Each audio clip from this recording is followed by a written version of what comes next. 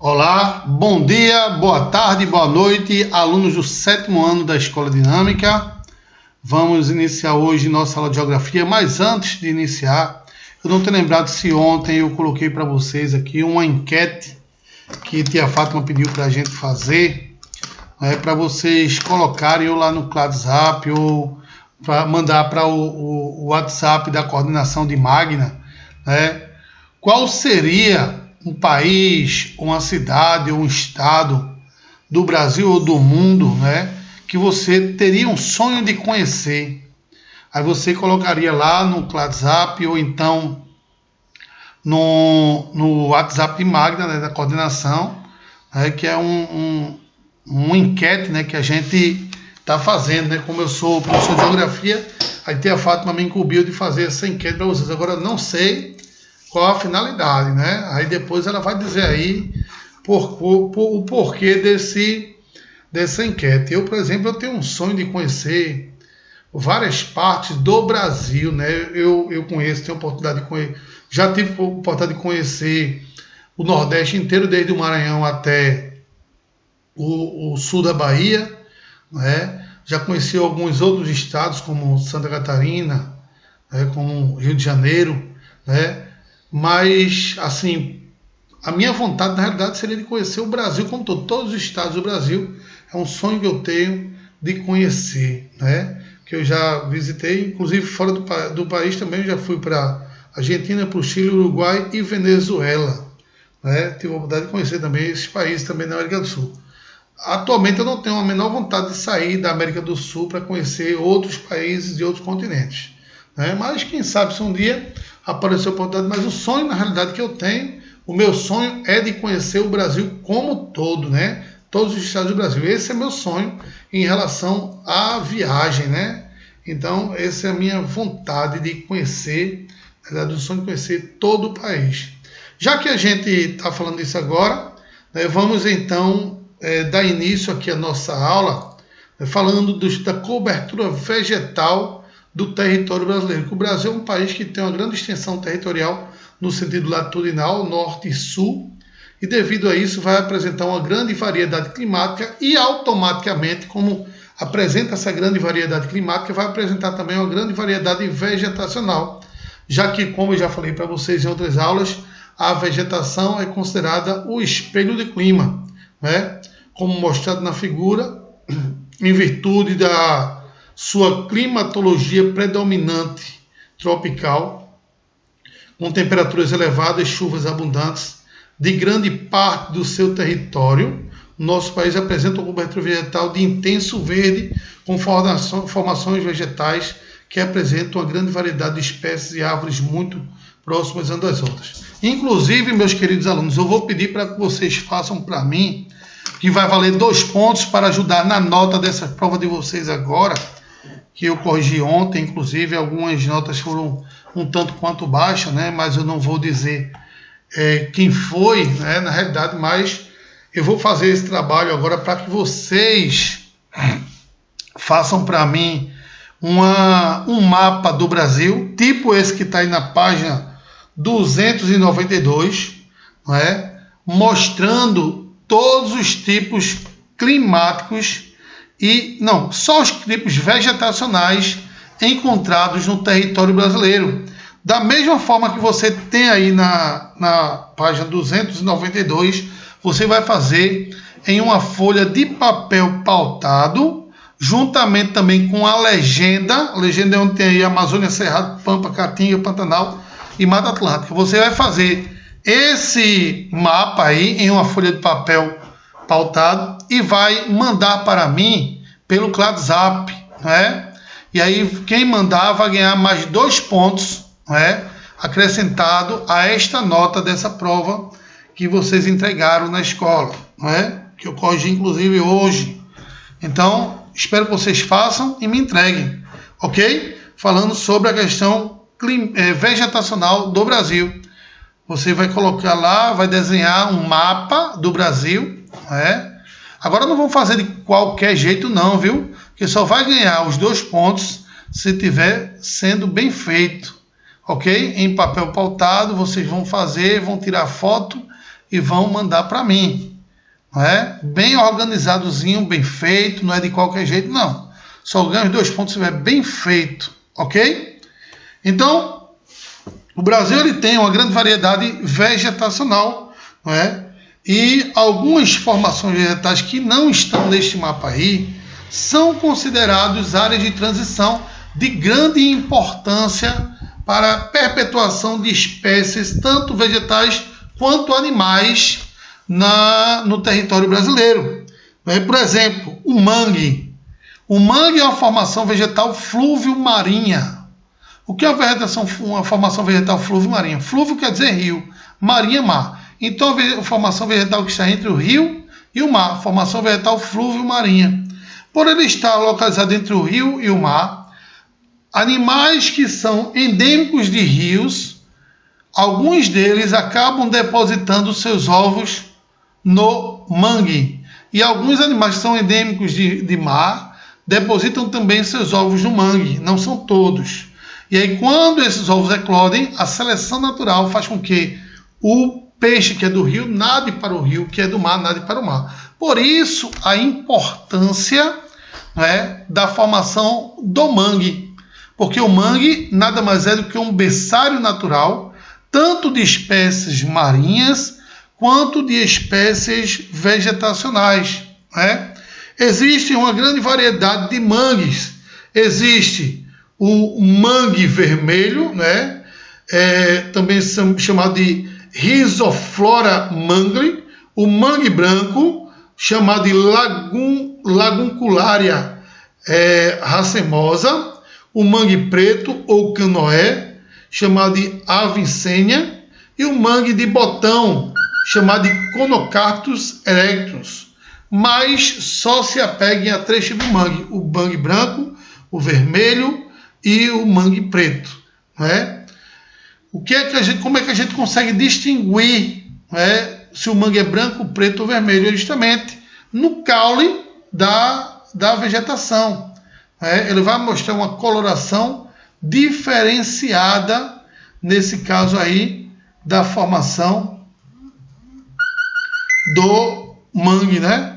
E aí, consequentemente, ele tem o mangue vermelho, ele tem o caule avermelhado, o mangue preto ele tem o caule escuro, né? E o mangue branco ele tem um caule meio esbranquiçado.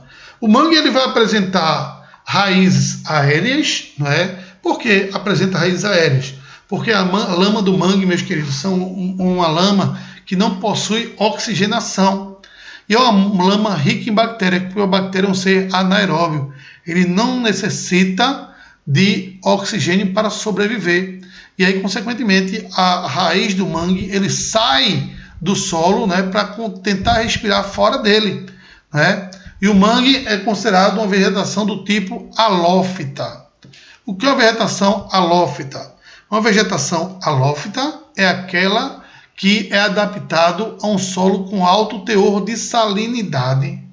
Não é? Um alto teor de salinidade. E também é do tipo tropófila. Ela é tanto adaptada ao terreno seco como ao terreno encharcado. Não é? É o tipo da vegetação do mangue. Então, são essas características do manguezal. E a importância dela é justamente para a perpetuação de espécies tanto marinhas quanto espécies fluviais, né, do rio. Vamos falar agora um pouco de outra formação. Primeiramente, eu quero falar das formações de transições. Né? Falar da caatinga nordestina. Né? A caatinga é uma formação vegetacional, né, de transição, localizada na região do sertão semiárido nordestino, entre a Mata Atlântica e o Cerrado. Né? A caatinga ela é constituída por uma vegetação do tipo xerófila ou xerófita. Xerófila ou xerófita. Ela recebe essa denominação de caatinga por conta dos índios tupis guaranis, quando adentravam no sertão nordestino no período de estiagem prolongada, antigamente no período colonial, e observava aquela vegetação do tipo cinza esbranquiçada, E aí a vegetação monótona, que eles começavam a chamar ela de caatinga, né? Caatinga é uma palavra tupi-guarani, quer dizer mata branca. Constituída basicamente por cactáceas, né? Da família das xerófilas ou xerófitas, que são vegetações destituídas de folhagem, coberta por espinhos, tipo esta aqui que eu tenho em minha mão, né? Eu tenho aqui um espécime de cacto, né? Que é adaptado aos terrenos solos e pedregosos. Por isso que aqui, ó, cheio de pedra na raiz dessa planta, né? E com certeza ela está cheia de água, né? E ela não é uma vegetação adaptada para esse ambiente que nós temos aqui. Eu tenho ela só por questão de ornamentação, mas daqui a uns tempos ela vai morrer, como outra que eu tenho aqui também, que também está chegando, que é uma vegetação de ornamentação, né? Deve estar morrendo. Por quê? Porque o excesso de umidade do ar aqui faz com que ela tenha uma grande quantidade de água e, consequentemente, ela acabe morrendo. Ela não pode ter nem água de mais, nem água de menos. Aí a umidade do ar acaba matando essa formação vegetal. A gente tenta colocar o mínimo de água nela. Às vezes passa 3 semanas sem colocar água, sobrevivendo apenas com a umidade. E a informação que a gente teve quando comprou essa vegetação, essa planta, né, é do tipo das xerófilas ou xerófitas. As xerófilas ou xerófitas, né, que são plantas que são adaptadas a um terreno pedregoso, né, que, consequentemente, você tem uma condição de chuva muito escassa. Além das vegetações xerófilas ou xerófitas, tem também as caducifólias caducas ou decíduas, que ocorrem na caatinga nordestina. Caducifólias caducas ou decíduas são vegetações que perdem a folhagem no período de outono ou de primavera e verão, né? E ficam apenas os galhos secos para diminuir o processo de evapotranspiração, que nada mais é do que a evaporação das águas que tem dentro do caule das plantas. E aí, consequentemente, ela deixa a sua folhagem cair e acumula água em seu caule para sobreviver aos longos períodos de estiagem. A caatinga ela já sofreu grandes impactos ambientais no processo de ocupação territorial e o crescimento e desenvolvimento industrial por conta da exploração da sua madeira, que é muito bom para a fabricação do carvão vegetal, né, que é muito utilizado comercialmente aqui no Brasil. E aí, consequentemente, acabou sofrendo muito com a retirada dessa vegetação da caatinga nordestina. Uma outra formação vegetal de transição que eu tenho está localizada no meio norte brasileiro, que é a mata de cocais. A mata de cocais, gente, tem uma vegetação também da família das palmáceas. Está localizada no meio norte, que corresponde ao estado do Piauí e do Maranhão. Essa vegetação é de grande importância para a economia da região, porque através dela se produz em grande quantidade muitos produtos que movimentam a economia, como a carnaúba, o buriti, a oiticica e o babaçu. Através desses produtos, dessas árvores, dessas plantas, se produz ceras, óleos e cosméticos. Por exemplo, o batom que sua mãe ou você utiliza é muito utilizado, são fabricados com a cera da carnaúba, não é? Aquela cera que seu pai usa para dar polimento no carro, também é feita através da cera de carnaúba. Então, vários óleos que se tem por aí, lubrificantes, né, óleos vegetais, são feitos do óleo do babaçu. Né? Então, nessa área, né, do meio norte brasileiro, corresponde ao estado do Piauí e Maranhão, eu tenho essa mata de palmáceas, as palmáceas, né, que é do tipo babaçu, carnaúba, buriti e oiticica, que fornece e produz uma grande quantidade de produtos para o desenvolvimento industrial brasileiro. Né? O Pantanal Mato-Grossense também é outra vegetação de transição entre a floresta amazônica e o cerrado. Essa vegetação ela é do tipo tropófila também, onde boa parte do ano ela fica alagada, principalmente no período de verão, que é o período onde tem uma maior concentração de chuva na região. Onde vem o inverno, a estiagem na região do centro-oeste ela é um tanto quanto escassa, prolongada essa estiagem, e consequentemente eu tenho poucas chuvas durante o inverno nessa região.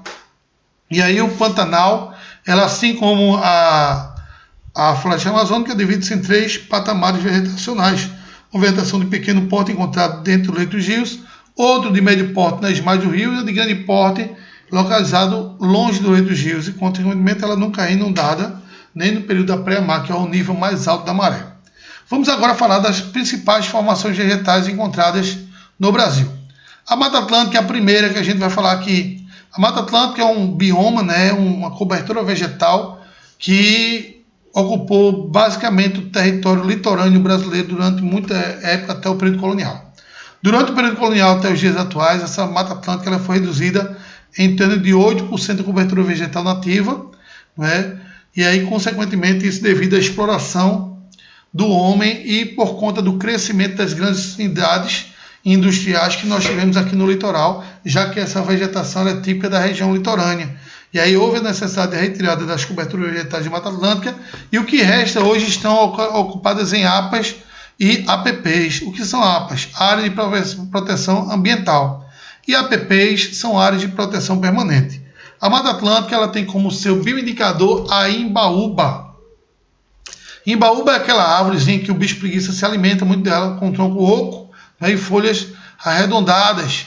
Né? Essa imbaúba ela é grande fonte de energia para esses animais e é bioindicador da Mata Atlântica. Por que bioindicador? Porque eu sei, quando eu vejo ela, eu sei que ali foi ou vai ser uma área de Mata Atlântica, porque só nasce em área de Mata Atlântica, por isso é considerado o bioindicador da Mata Atlântica. A imbaúba é uma vegetação endêmica da Mata Atlântica, que sofreu um forte impacto ambiental devido ao processo de ocupação territorial, né, por conta do crescimento das grandes metrópoles, das grandes cidades, né, que nós temos na região litorânea brasileira.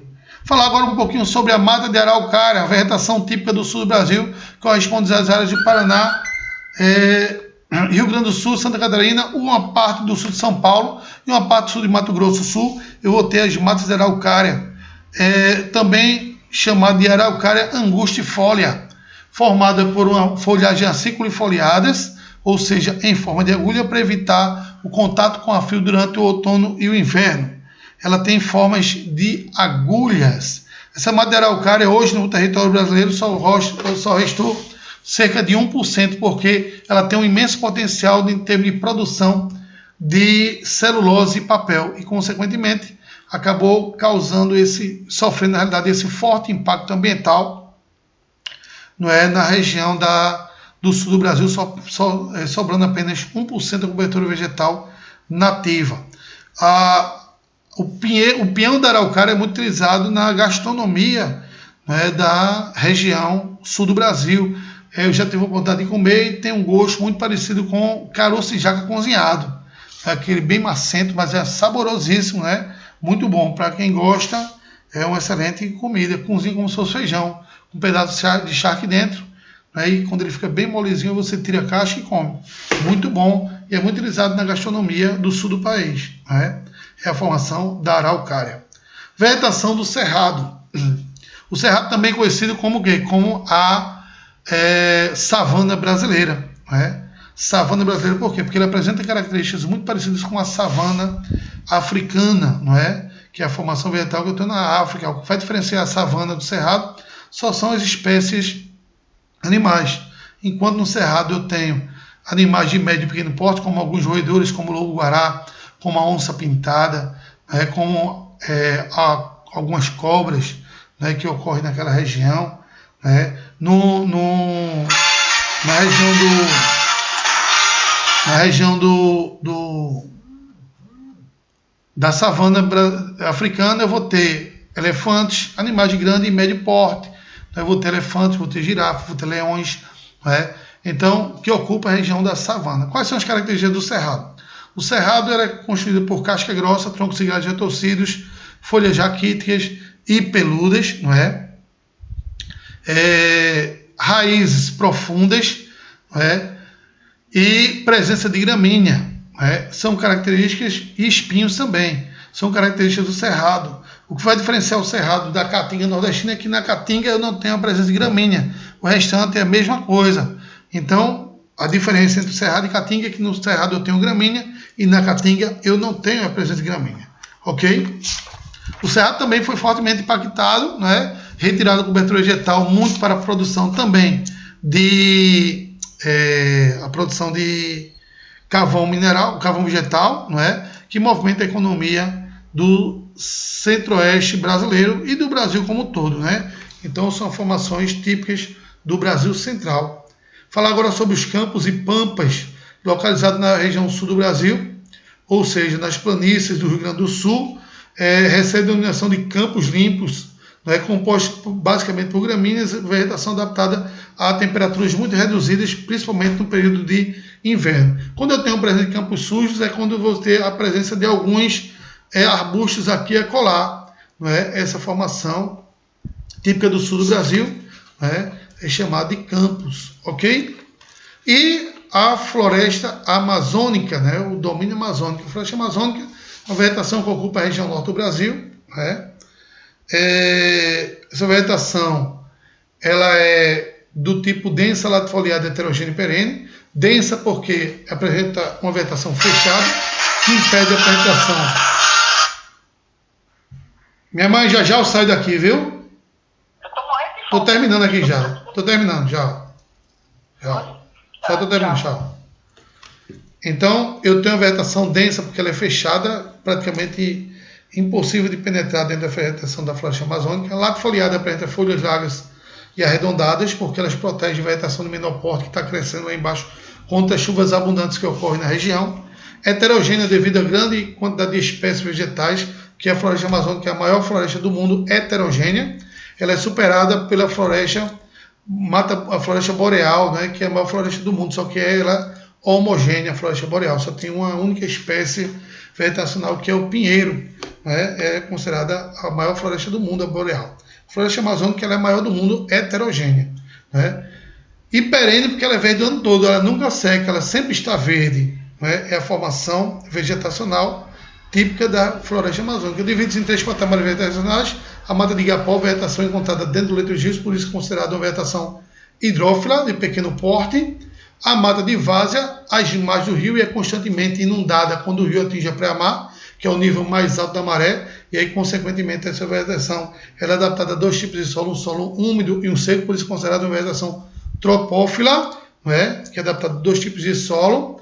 E eu tenho a mata de terra firme, que é uma vegetação que nunca é inundada, localizada distante do leito dos rios, uma vegetação de grande porte, que pode atingir até 60 metros de altitude. Essa vegetação ela é constituída por ipê, pelo cedro, maçaranduba, são árvores de grande porte, madeira de lei, que é muito explorada pela construção civil, né, e por conta disso já sofreu um forte impacto ambiental. Cerca de 25% da cobertura vegetal nativa da floresta amazônica foi retirada. Na mata de várzea eu tenho vegetação de médio porte. Um exemplo daí da mata de várzea são as seringueiras, vegetação típica das regiões onde são inundadas constantemente quando o rio atinge a pré-mar, ok? Então, gente, eu vou encerrando por aqui nossas aulas de geografia. Eu vou ali almoçar, daqui a pouco eu volto para gravar mais aulas para outra turma, viu? Um abraço a todos, que Deus abençoe, fiquem com Deus e até a próxima.